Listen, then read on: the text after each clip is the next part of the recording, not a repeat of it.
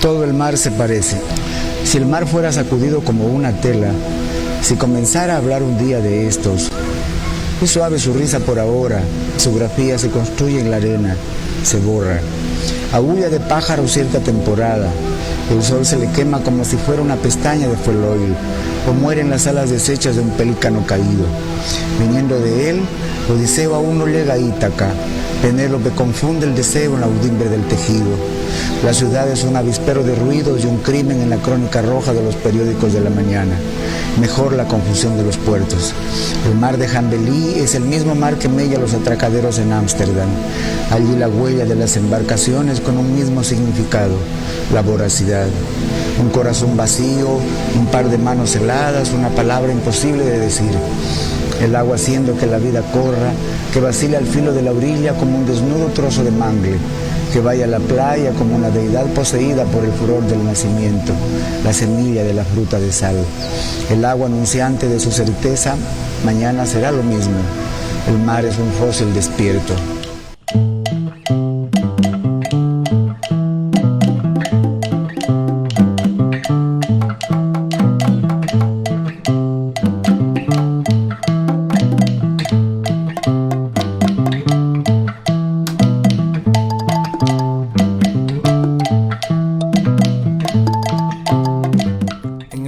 Sur del mar y del país, donde acaba lo arbóreo y empieza el desierto, existe una historia invisible pero presente.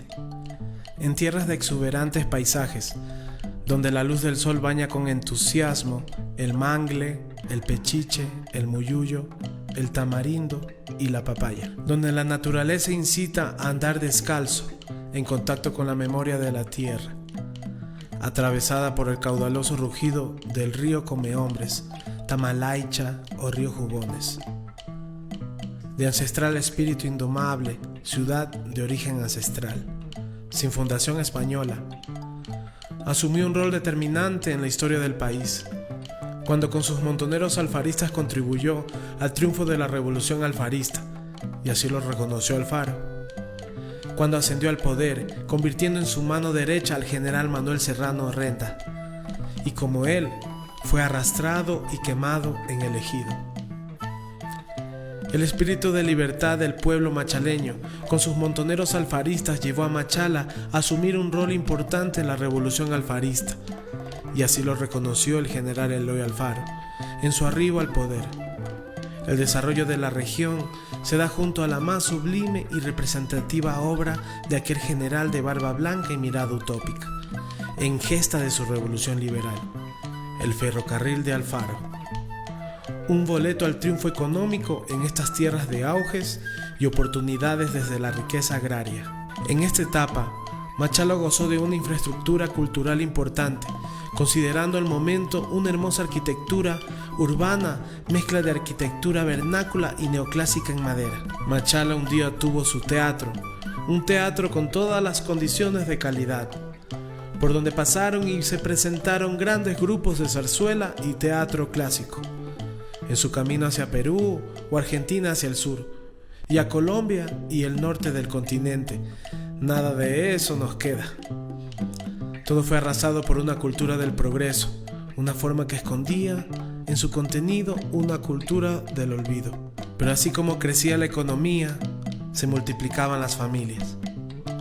De esta forma su gente migrante en su momento fue haciéndose de identidad, y entre la duda de que si pertenecemos a este lugar o tan solo somos parte de una inmensa hacienda, fue naciendo de alguna manera la historia de la cultura de los habitantes orenses. Ocurrió que esta generosa tierra repentinamente se perdió a la vista de todos. Se escondió entre las hojas largas y troncos de color púrpura de una fruta extraña del color del oro, la cual habría llegado a esa zona para no irse más.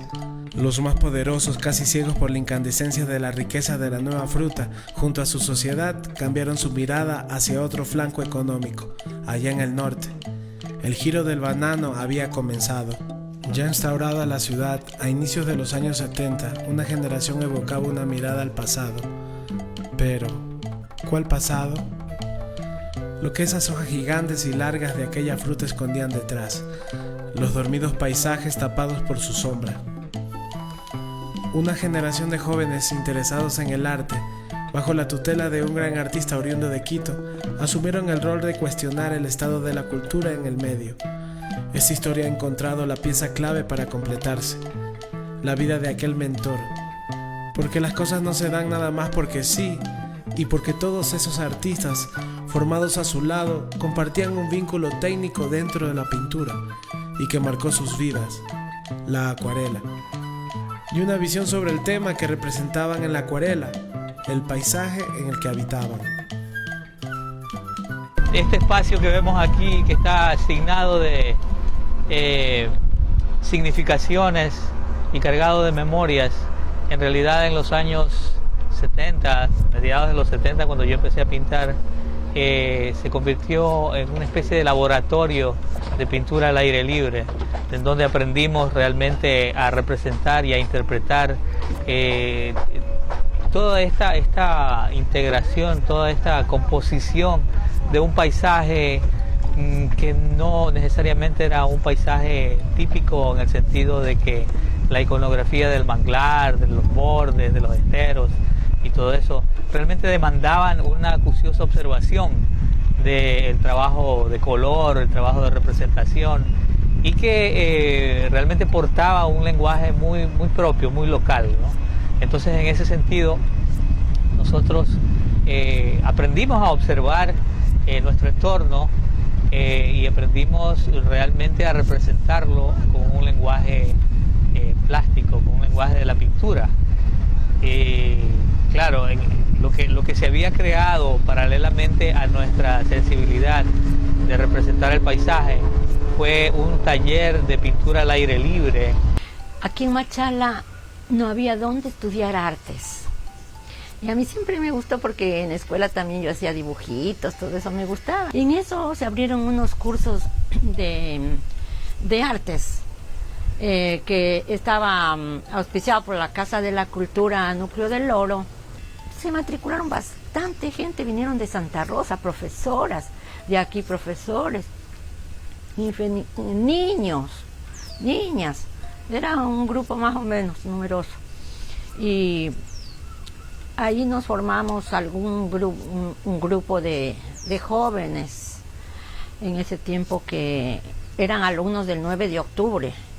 Y también asistían a esos cursos porque eran cursos vacacionales. El Colegio 9 de Octubre siempre fue parte de la sociedad, no solamente por la cantidad de egresados que tenía cada año, sino porque muchos de estos egresados formaban parte de los movimientos culturales, artísticos. Las desigualdades sociales siempre han estado presentes y ha sido siempre también una pugna por tratar de limar esas diferencias. Pero en la Casa de la Cultura, por ejemplo, y en el municipio que tenían políticas culturales, nunca se las aprovechaba, nunca se utilizaban esos recursos, y si se los utilizaban, no precisamente para poder impulsar esto dentro de las poblaciones que necesitaban el desarrollo de las artes y de la cultura, sino para cualquier otro fines, ¿no? Entonces así desemboca también en la toma del Teatro Municipal, y que llegó a formarse, a constituirse como el Frente de Rescate de la Cultura, gente valiosa como Ángel Vélez, como Ramiro Cruz. Nuestra actitud obedecía prácticamente como una respuesta a esto de las élites dueñas del desarrollo del arte, que en cierta forma marginaban a la clase media, baja, en todos los sentidos. Y el arte no era la excepción. Hubo algunos personajes que logran desarrollar algunas actividades dentro del arte. Se han desarrollado muchos aspectos educativos, entre esos el desarrollo cultural, artístico. Nosotros tratamos de crear una escuela en la Casa de la Cultura, pero desgraciadamente como la provincia del Oro no tiene suficiente qué sé yo, presupuestos y cuestiones así, no se pudo hacer. Antes había otro tipo de locación aquí en Puerto Bolívar, no había el muelle de autoridad portuaria, sino que se llevaba la fruta a través de unos majores de madera para embarcarlos en la rada, como se llamaba, Entonces nos dedicábamos a pintar eso. Inmediatamente después de aprender lo básico, empezamos a pintar murales dentro de la ciudad. Empezamos a agrupar mayor cantidad de gente y estudiantes también. Esa relación con los estudiantes, con los secundarios, permitió de que Machala crezca en el asunto artístico. Machala de la costa es la única que está tranquila, que es tranquila. Su gente es otra gente, es ávida, siempre está novedosa, y eso es lo que quisiéramos seguir plasmando en el arte. Recuerdo muy bien el poeta Roy Sigüenza, pues lideró o apareció como cabeza de este movimiento que se autoproclamó, autodenominó los cazadores del cangrejo. Los movimientos de protesta de los gestores culturales pues ha sido siempre, ha estado presente, y se lo ha hecho a través del tiempo y de diversas maneras. Yo fui a Machala, si no recuerdo mal, con alguna exactitud, como migrante. Aunque yo no migraba porque quería trabajar, es profeso, como generalmente migra la gente o para lo que la gente migra. Creo que migraba yo porque quería otra realidad, quería otros espacios que me permitan de alguna manera un estímulo para la generación de lenguaje, creatividad. La Casa de la Cultura prácticamente era una élite, con los compadritos, con sus amigos. No teníamos una entrada a la Casa de la Cultura. Es lo mismo que pasa con esta Casa de la Cultura de ahora. El ecuatoriano siempre tiende a buscar y sobresalir a pesar de las dificultades. Entonces yo pido a toda la juventud ecuatoriana que se prepare, que tenga sus conocimientos, se mantenga firme y pueda salir inclusive a otras élites, a seguir sus estudios académicos, se preparen mucho más y vengan a impartir sus conocimientos acá al Ecuador.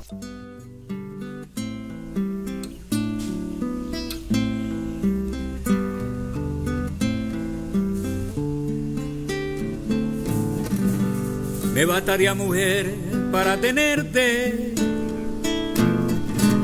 que en tu morada pueda yo cantarte,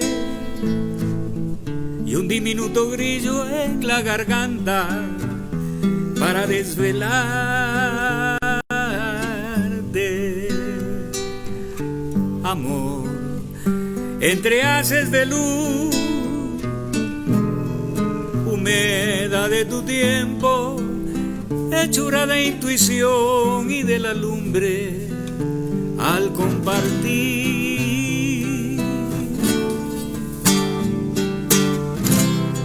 Deja recostarme en tu triste mirada, que en tus pechos altaneros yo me muera, y dejar en tus labios la memoria de un canto, de este canto de luna que te espera.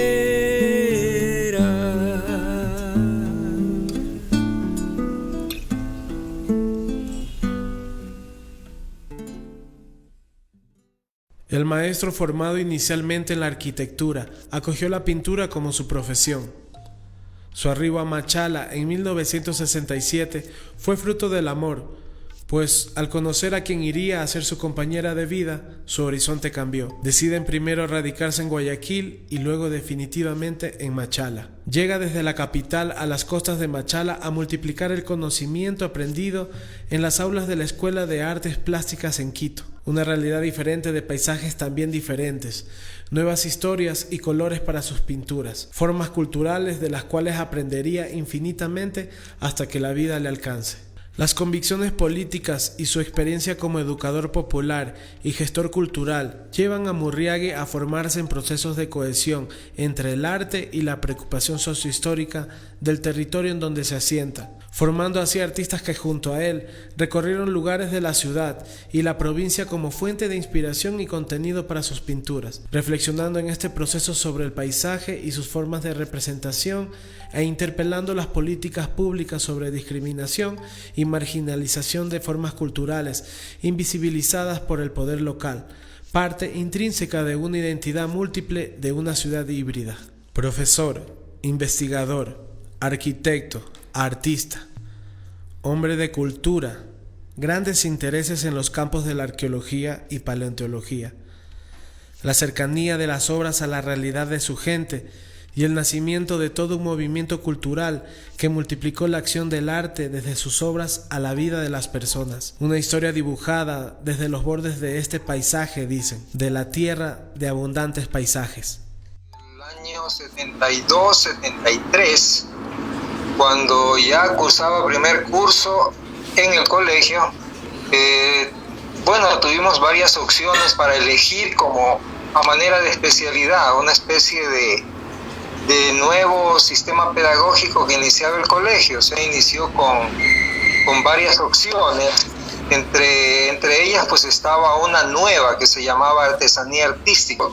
Lo que era pues artesanía no iniciaba todavía, parece que el arquitecto Murriague todavía no se presentaba, no estaba disponible, y de repente apareció en una clase, y comenzamos a trabajar dentro de clases. Creo que eran unas 6 a 8 horas semanales que teníamos clase en primer curso.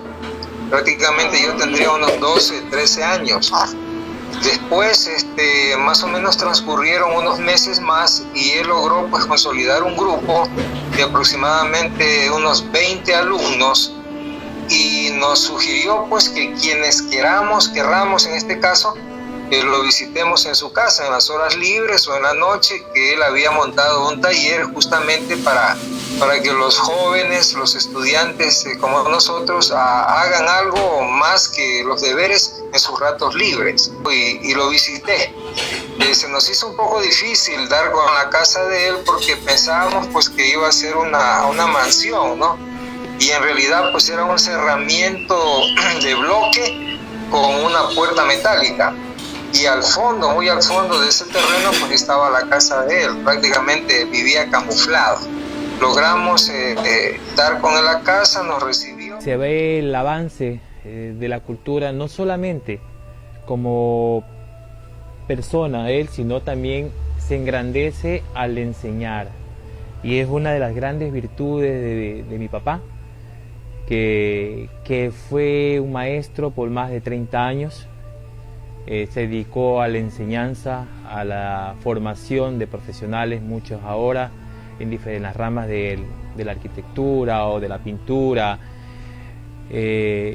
jóvenes que en su momento pues deseosos de aprender llegaron a superar muchas veces al maestro, ¿no? Y eso es una de las grandes satisfacciones de una persona, que quien tú enseñas te supere y sea pues digno de decir pues tal persona fue mi mentor y ahora yo soy también maestro y enseño lo que me enseñaron en un momento dado. El maestro Murriague, él a su vez procura invitar a algunos otros personajes, como el caso de Huilo Cáceres, de César Santa Cruz, y en el camino nos juntamos porque Ángel Vélez había sido director de cultura de la universidad. Mediante José Quevedo me invitan a ser parte del desarrollo de la música en la universidad.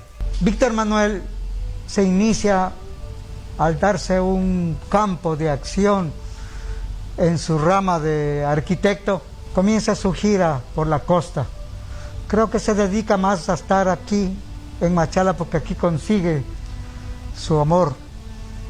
Pero naturalmente no se queda nomás en la arquitectura, también desarrolla su amor, se puede decir, por las artes, en este caso la pintura.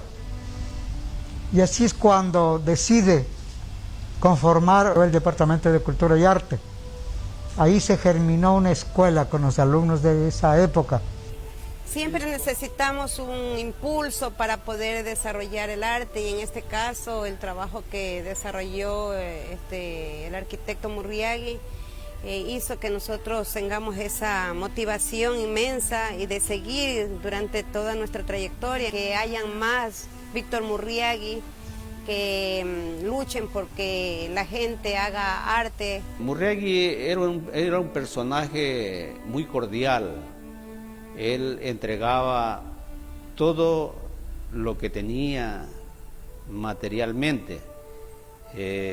No escatimaba esfuerzos ni tiempo para nosotros. Nos daba los materiales, nos daba las acuarelas, nos daba las cartulinas, porque en realidad comprar una cartulina de acuarela aquí en Machala era difícil, no habían las cartulinas. Entonces él traía las cartulinas de Quito y nos las proporcionaba gratuitamente, nos recibía en su casa. Yo le conocí a Víctor Murriagui como artista, pintor que vino desde Quito a radicarse en la ciudad de Machala, cuando aún era estudiante del secundario del Colegio 9 de Octubre, desde el año 1960 al 70. Él fue profesor mío del ciclo básico en lo que era artesanía artística. Con él salíamos a pintar al campo, a los ríos, al suburbio, a hacer acuarelas, porque él era un maestro en la acuarela y nos inducía a que nosotros trabajemos en el acuarela. Muy a pesar de que a mí me gustó mucho más el acrílico, pero igual tengo yo trabajos de la época de él que son hechos con sepia o con acuarela. Son desde la época de 1970. El taller que propuso Víctor Murriagui, el arquitecto, el maestro Víctor Murriagui, que se formó con muchachos como todos nosotros que en esa época teníamos 13, 14, 15, 18. Realmente tuvimos acceso a una educación en las artes sin parangón, porque en ese tiempo, y bueno, casi como ahora, no había muchos espacios para la formación cultural, y de alguna manera pues esta fue una opción increíble que nos permitió desarrollarnos. En 1972 el Colegio 9 de Octubre y la Casa de la Cultura de Machala, a través del arquitecto Murriagui, organiza el primer salón de pintura estudiantil del Oro. Me especialicé en el paisajismo con el arquitecto Murriagui. Mi facilidad para poder hacer trabajos artísticos los hacía a través de la localidad. El profesor era tan entusiasta que nos llevaba por aquí, por allá, a los barrios periféricos a coger apuntes de casitas de caña, típicas cosas. Fuimos a Cuenca, a la Suay, por allá, a dibujar. Me acuerdo que yo hice una pintura de las tejedoras de sombreros. Hicimos exposiciones. Bueno, estos cursos se dieron en 1985. El profesor Murriagui fue nuestra guía. Para mí, un excelente maestro, como se dice, de sacarse el sombrero, porque él nos enseñaba con todo lujo de detalles las técnicas. Siempre lo recuerdo. Y cuando yo supe que él se había muerto, yo lloré como una niña, porque me dolió el alma de que en vida no se le hizo un homenaje como él se merecía. Este puerto no dormía, galopaba en su fiebre. Cataclismos de luna no pudieron con él.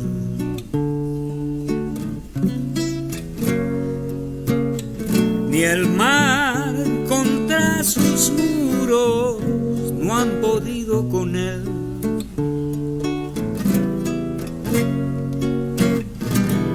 Mientras las quinceañeras entregaban con gusto su capullo meloso, entre las sombras, entre las sombras,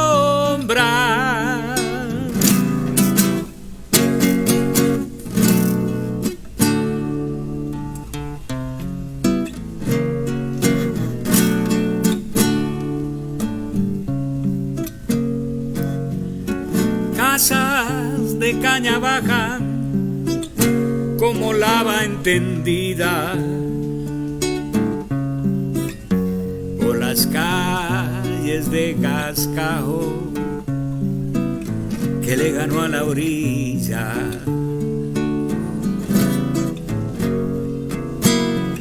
Casitas de caña bajan como lava encendida por las calles de cascajo que le ganó a la orilla.